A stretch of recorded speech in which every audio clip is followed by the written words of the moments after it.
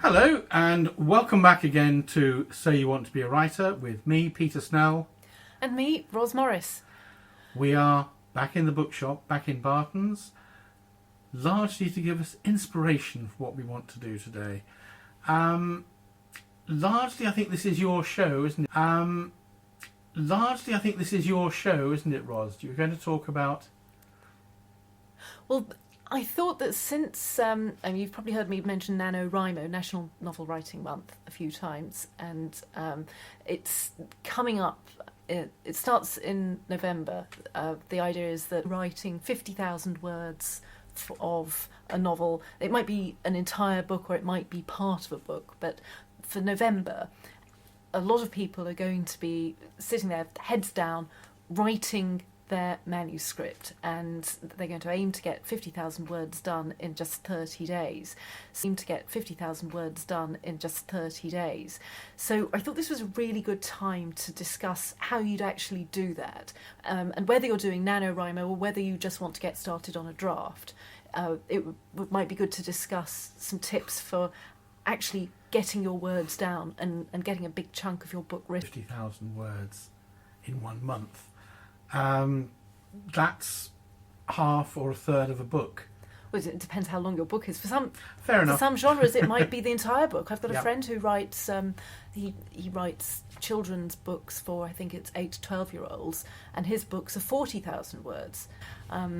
Other novels, if you're writing, say, literary fiction, you might be aiming for about 100,000 words, or might take that much to tell the story. So, in that case, 50,000 is still going to get you a good way in, and it's a big concentrated push. The idea of concentrated push to get all this on paper or on your computer, and the idea of the event is that there are a lot of people doing this together.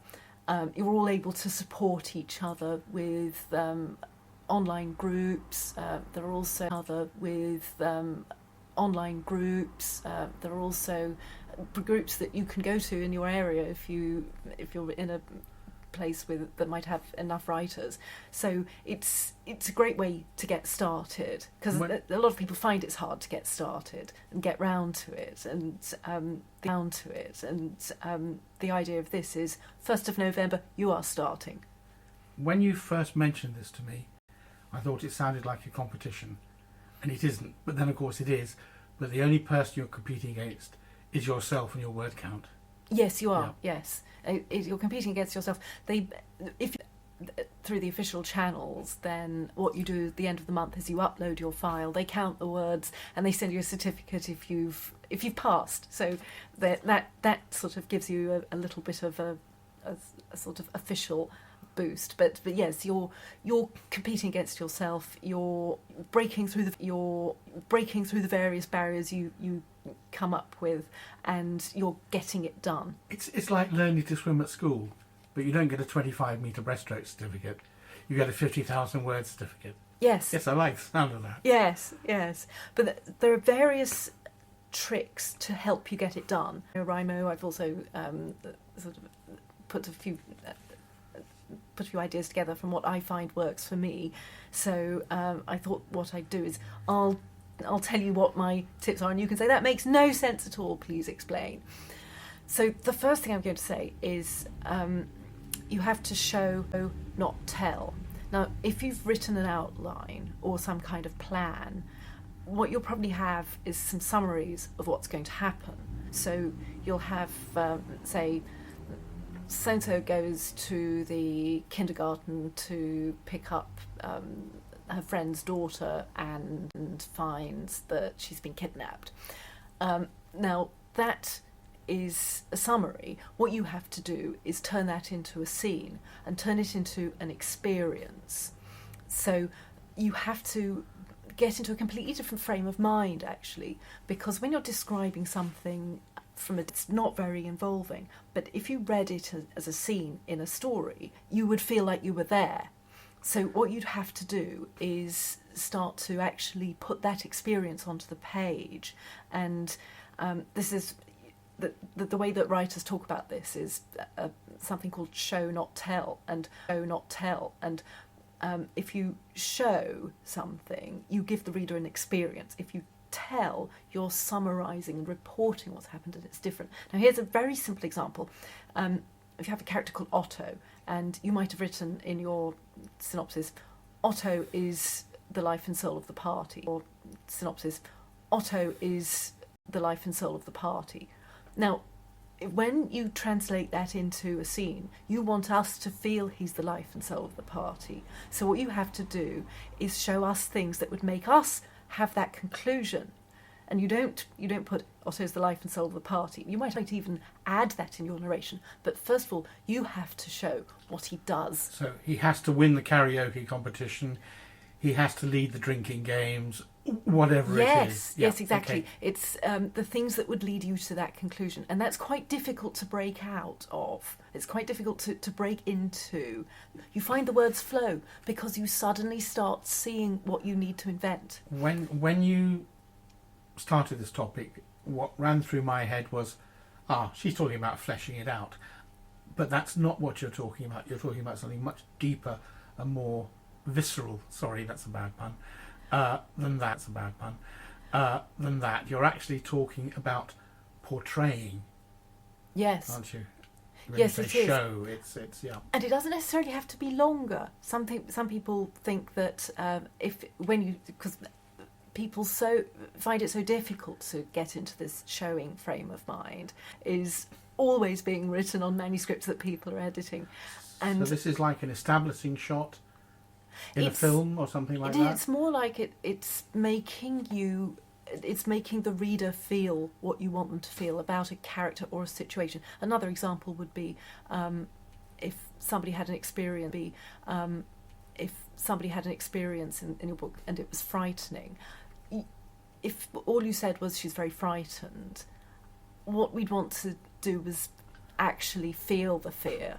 So we'd want to see her thinking there was somebody behind her, hearing the footsteps, speeding up, really getting faster in time with her own. They were getting louder. She was going into a place with no street lamps.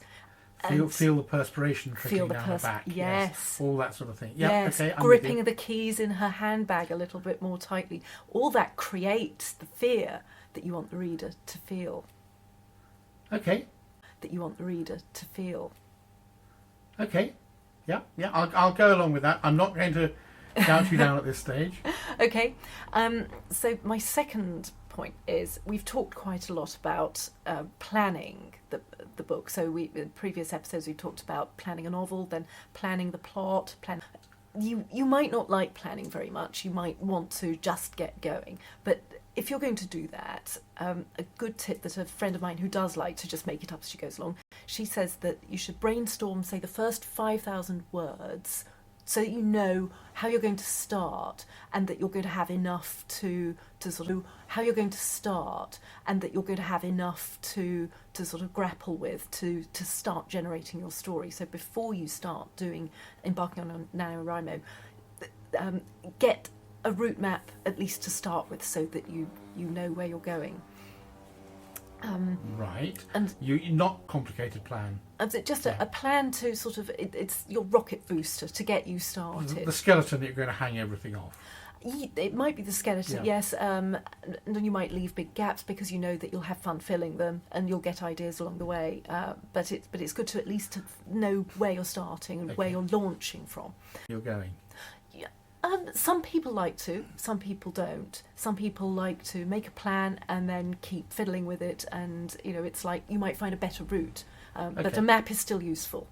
So it's however you want to do it. But so that's a tip more for people who prefer to feel like they're making it up. Who prefer to feel like they're making it up. Really at the cliff edge.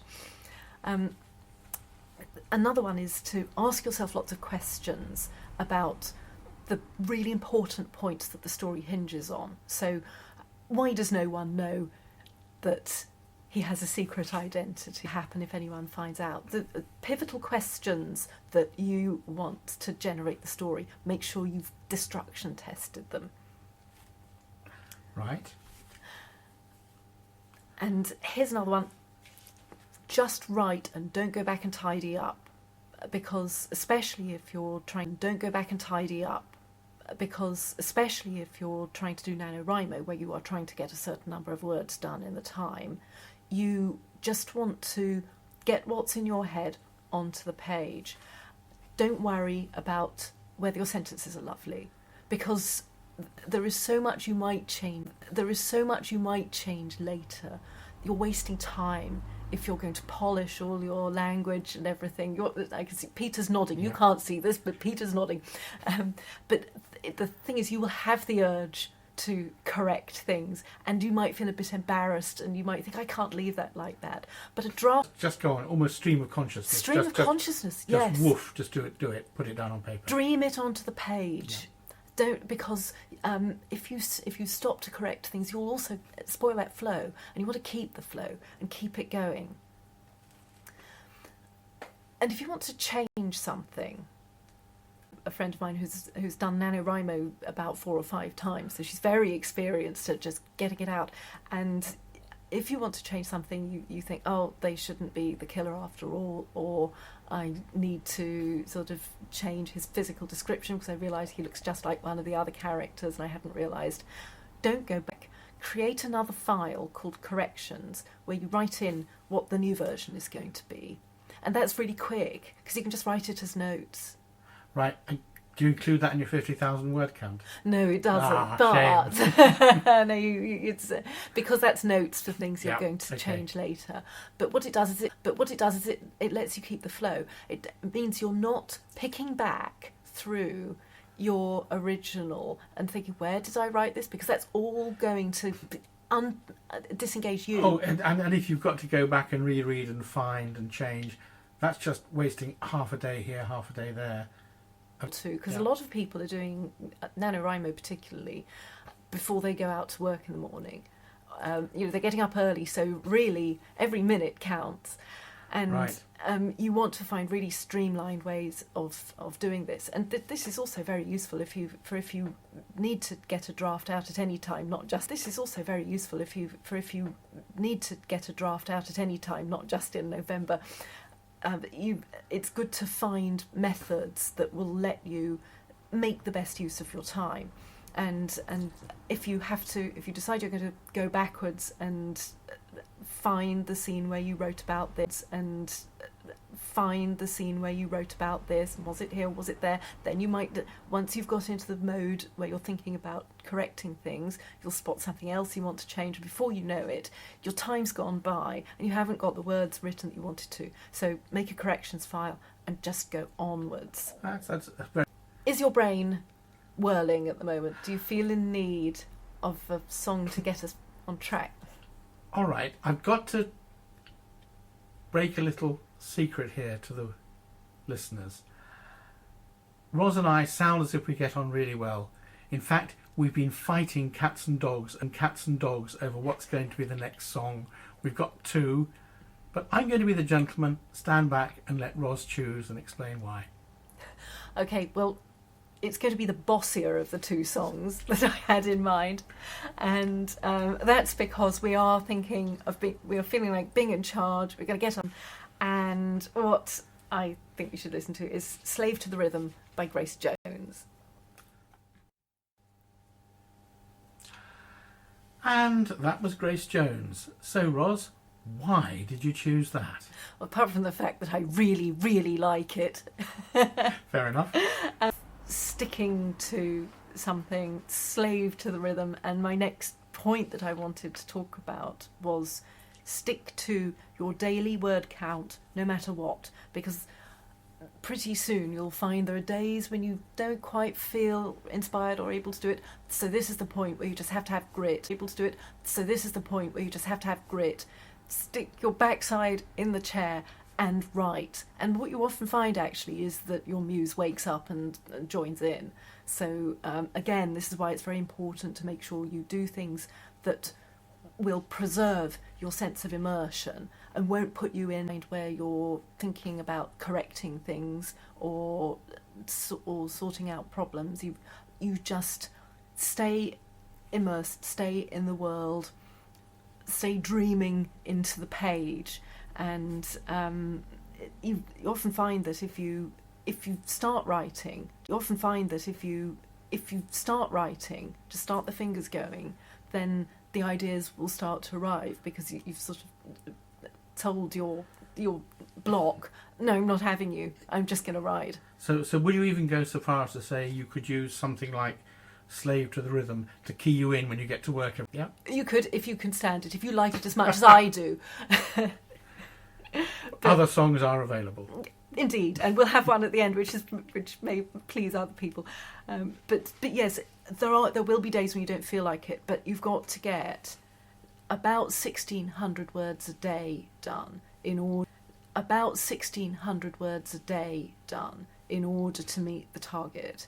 And if you let it slip, then that means you've got to do more the next day, and so on. So before you know it, you've got to write 5,000 words in a day, and that's very much more difficult. But 1,600 in a day is not that difficult. Just a couple of hours, or maybe, bash it out, and you'd be surprised what you can do. But it is manageable. It's very manageable. 3 or 4 pages of handwritten A4. Yes, handwriting. Gosh, I haven't done that for years. But yes, it's not very much, is it? No. It's not that much. By making sure you don't break the mindset of creating, then you'll get there. And another thing you can do is keep a chart so that you can write out your totals and admire them.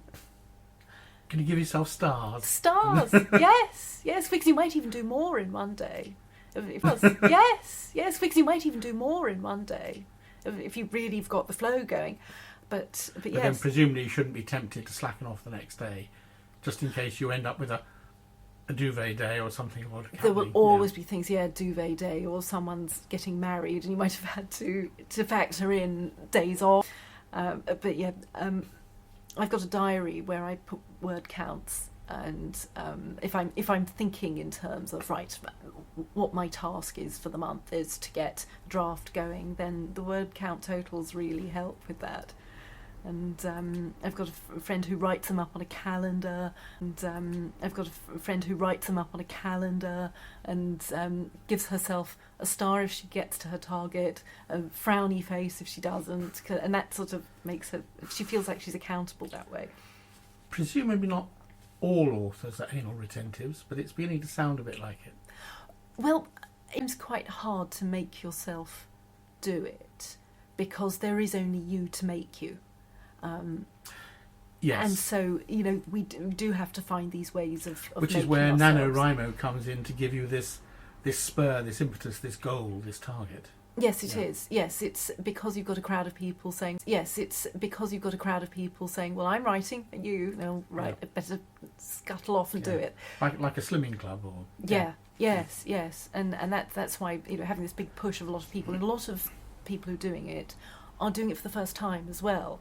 So they're discovering these ups and downs. I think it's encouraging that some people do it more than once, so it can't be that bad. It's obviously a good thing for the exercise to go through. Well, it is perfectly possible. I mean, as I said, 1,600 words in a day. If you know what you're writing and you're in the flow of it, then it's not that hard. It's a professional level of writing. Years ago, I did an 18,000 word dissertation in 10 days. So, yeah. I'm just trying to do the maths for that, but well, yes. It's 1,800 a day. 1,800, right? But yes. Finished product. And yes, and it used to be far more difficult when we couldn't correct things on computers. Wasn't it? Because absolutely, if you wrote something out in rough, you'd have to write it out again.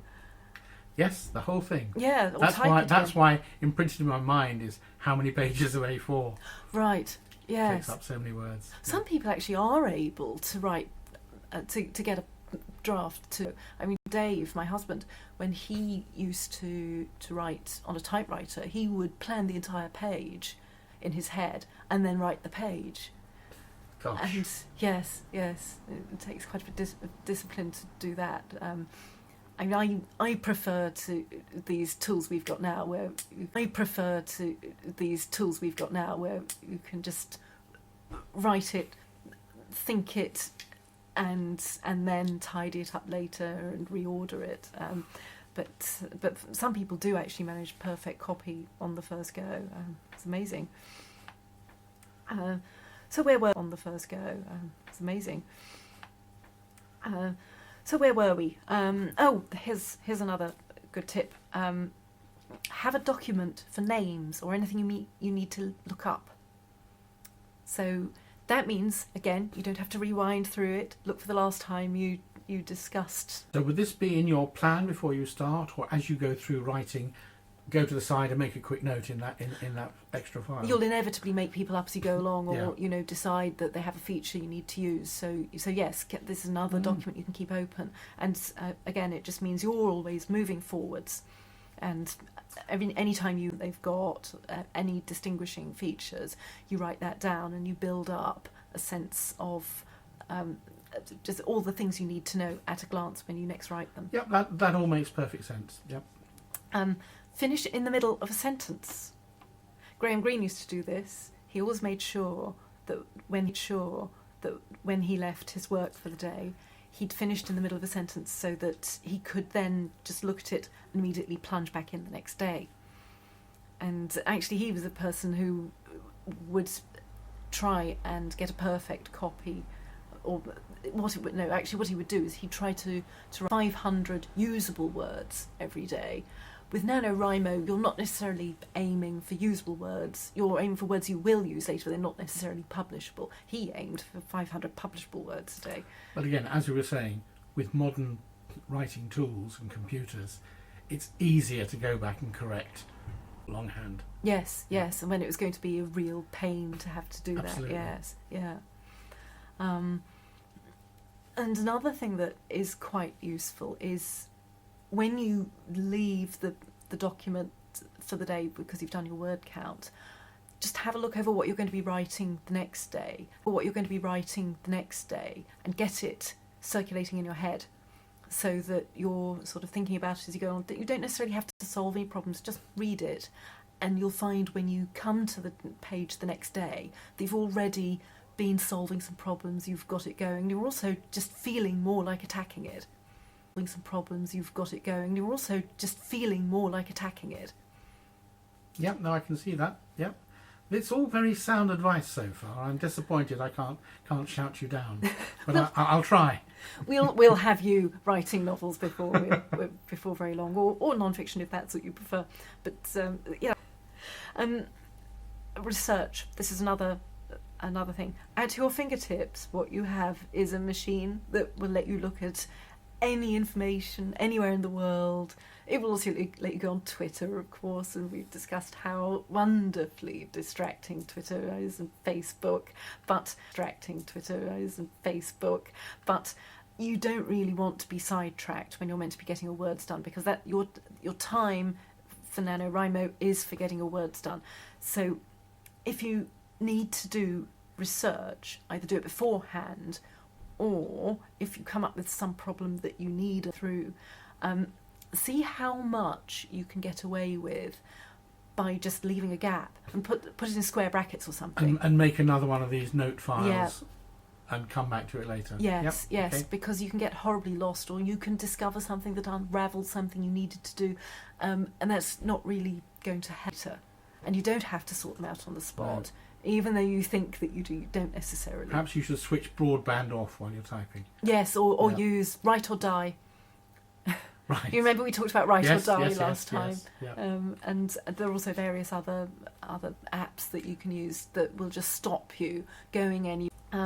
And yes, the communities are out there to keep you going, and to keep you producing the words. And sometimes people post daily word counts about what they've been doing, and then you can all join in the equivalent of high fiving, and then you can all join in the equivalent of high fives. Or major commiserations and big hugs. Oh, you don't want to be thinking that you're going to do that. You have to not let yourself. No, but if somebody else is saying, "Oh, I've let myself down today," I had to take the cat to the vet. You need to find a way to spur them on again. Yeah. There will there will be days when you can't. And I've had friends who've managed to up their word count so that they still. And this is one of the things you're going to finish this month. And that's where you could hear what my mindset was like when you suggested that. I was thinking, no, not acceptable. It's going to be done. No, if this were television, you'd have seen a face of someone eating a sour lemon. You would have seen a face of someone eating a sour lemon. It was not. That's not my good. normal face. Oh, I'm sorry. But yes, so that's essentially it's a commitment. You make it as easy as possible to keep the momentum, actions, minimise anything that's going to pull you out of the immersion, and just head down, get it written. And that was all of them. You're looking at me. Is that everything we need to know to be able to deal with NaNoWriMo? Well, it seemed to be pretty much all consensus. So can I run through some of that then? Mm-hmm. Basically, you need to be organised. You need to have a basic outline plan or know where you're starting. Know where you're starting, at the very beginning. And you should avoid distractions. Children, coffee, lock them telephone, away. Everything like that. No coffee you'll need. But the other Chocolate. distractions you need to avoid are following research or making sure you're agreeing with something you wrote 4 or 5 paragraphs back. You just make side query files, whatever, so that you can then, at a later date, come in and refine the document with all the information that might be missing. Yes. The idea is to keep moving forwards, keep pushing forward, and keep a fact file of characters' names, traits, and things like that, so that that's always ready at hand, and you just pick it up from your left eye and just put it into the text. Yes, and you can scribble things out, change your mind about things, and you could even put, I've just realised that Toby needs to be a girl because otherwise I've just realised that Toby needs to be a girl because otherwise there'll be reasons why they can't get access to some parts of the harem, whatever you're doing. And you could make a note of what page you decided that. Then you know when you come to unpick it. You can make notes that will help you in the editing later. Okay, so I recapped all that in about 20 minutes. Why did it take you half an hour? Because I had to explain it all. and I had to convince you why it was important. You had to convince me. And the trouble you could get into. No, I can see that. And as a bloke, one thing I'm scared of is organisation. Oh, really? Paper frightens me. Filing system, things like that. I can do it, but I don't like it. I really like it because it's one of the things, we've talked in earlier programmes about using computer apps versus doing things on paper. And the people who love Scrivener because they've got it all together. They've got pretty graphics that show them what something is. They've got graphics that imitate things like index cards and corkboards. And I actually like the tactile evidence of the book I'm making and the pieces of paper that are building up with real, brings the book more to life and makes it more real for me. And also I don't mind being really organised because having run editorial departments, it's something that you get to quite like. Yeah, no, I don't mind that. I can do that. It's the sustained effort of doing it for a whole month or 6 months or a year that would eventually defeat me. I mean, I'm okay to start with, but I can get lost and forget which of those 17 different colours of highlighters meant this, that, or the other. Well, the first draft needn't take very long. No. If we're thinking in terms of 50,000 words in a month, and establish that's quite possible with good amounts of planning, you could do 100,000 in 2 months with a sort of sustained method like this. And that's only 2 months of being disciplined and organised. Yeah. That's the length of most diets. No, I see that. I see that. I think that's been really helpful. we're going to have to move on to other subjects shortly. So we need to allow anyone who's been listening to this and who wants to know a bit more about NaNoWriMo or wants any more help with planning and organising to be able to contact us. So you can do that either through Surrey Hills Radio, or you can contact me, Ros Morris, in case you didn't catch my name. And if you Google me, then you'll find me. I've also got a blog called Nail Your Novel, which has got a lot of tips for writing and for writers. And if you want to know more about NaNoWriMo, just Google that and you will can help you find groups of writers who are also doing it. So you might find some useful and fun writing buddies that way. So just as a help before we go into the final song for this programme, NaNoWriMo, NaNoWriMo. Yes. RIMO. Yes, it's short for National Novel Writing Month. So if NaNoWriMo defeats you because it's a weird word, just look for National Novel Writing Month. Okay, and so with that, Ros, over to you for the last song of today. Well, last week, was it? Or a couple of weeks ago, I mentioned plays in the morning to get her in the mood for creating. It's and she told me what it was, and when I played it I thought, oh my goodness, that is beautiful. And it helped actually that I was playing it at about 6 a.m. and the dawn was just rising, and I thought, yes, I see what she means. It's a bit kooky, but I hope you'll like it too. It's Symphony of Science, A Glorious Dawn, and it's Carl Sagan featuring Stephen Hawking.